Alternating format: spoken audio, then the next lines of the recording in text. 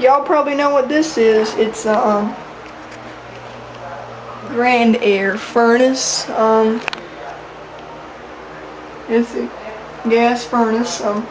It's got one for fresh air intake and one for exhaust. It's got a condensate pump. It really smells like gas in here or something. There's the gas.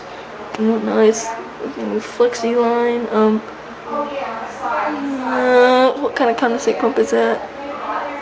It don't say, but it's capped up because it does have the evaporator coil right there in it. But it's a GrandAire furnace. I don't know how many BTUs or whatnot, but it's downflow. Here's one vent. It's downflow, and some mystery pipes. But it's a GrandAire furnace, which is a piece of junk, is what she says, because my friend is just, oh god. Really, oh gosh.